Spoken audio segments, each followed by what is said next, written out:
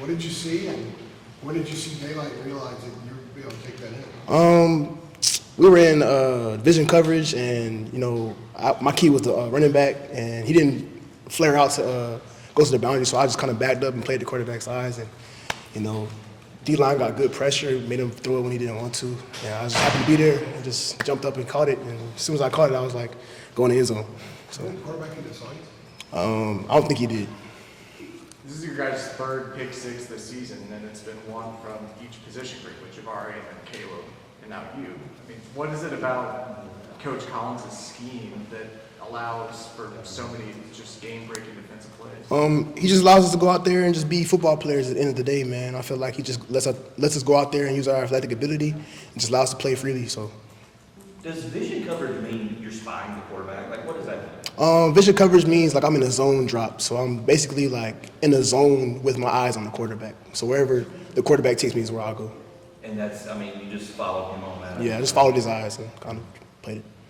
We were talking to Jeff Collins earlier this week, and he was kind of talking about the need to, force some great turnovers. From your vantage point, just how much has he, kind of hammered that home to you guys in practice and everything? Every single day in practice, he has to do like 10 push-ups every time we get a turnover. So we try to get him as swole as possible by the end of practice. So get him a good workout in. But he just preaches that each and every day in practice. He was also mentioning that if you force one in practice, you get a candy bar. If you force one in the game, yeah. Force one in the game, you get like a big cookie cake. But in practice, you might get a candy bar if you do it against the show team and things like that. But we like when he does the push-ups. We think the push-ups are cool for sure. So you're going to get a cookie cake, but you took it in the end zone. So what else do you get?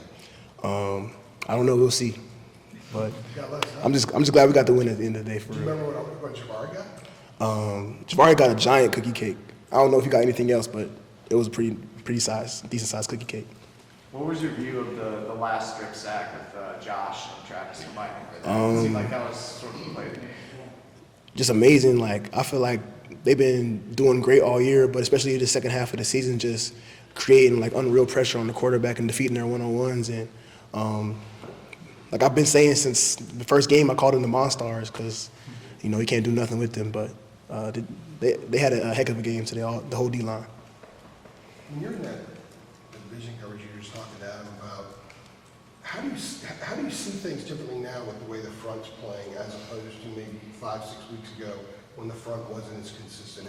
How does that look from your vantage point? The quarterback is real bottled in. I feel like a lot of times we hurt ourselves is when we let them off the hook and run past them and give the quarterback some escape lanes. But for these second half of the season, we just kept them bottled in, so he doesn't have any escape lanes. And if you're playing like a 6-foot quarterback, you really can't see over a tall defensive line, so you just kind of got to go and throw it out there, being that their pressure is they're bringing so much pressure to him in his face, so he has to be able to, either throw the ball away or get sacked. So. Jeff was saying after the game that there was a high degree of excitement from getting that 6th win to get that bowl eligibility. What do you remember about, obviously, walking off the field, getting into the locker room, just everybody's reaction to, clinching that extra postseason game?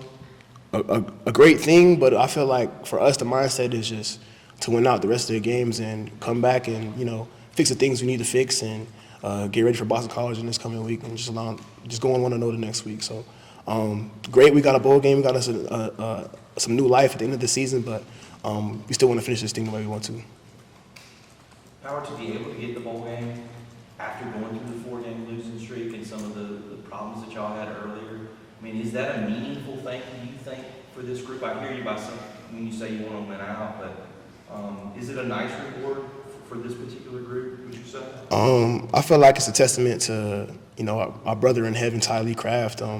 Just when we're dealing with a whole lot of things we can't control, just, his motto was keep swinging, and I feel like right now our team just coming together and we're just going to keep swinging. When you guys came off the field 5 weeks ago, you lost to Georgia Tech and now State, Ty Lee passed.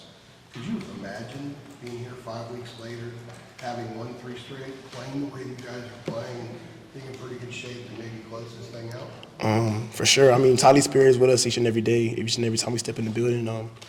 I feel like he's with us each and every game, and we're doing this for him for sure. As a guy who, pretty tough individual, what impresses you the most about Amarian and what he does game in and game out? I mean, I've watched this man consistently work each and every day in the summers ever since he got here as a freshman, and I can tell you one thing, you can't deny him. You can't deny him anything. Everything he goes out there and gets, he earned way before he even got to UNC. I'm just like I'm really a fan watching back, just seeing all of his work pay off, and he's deserving everything he's getting right now for sure. We good?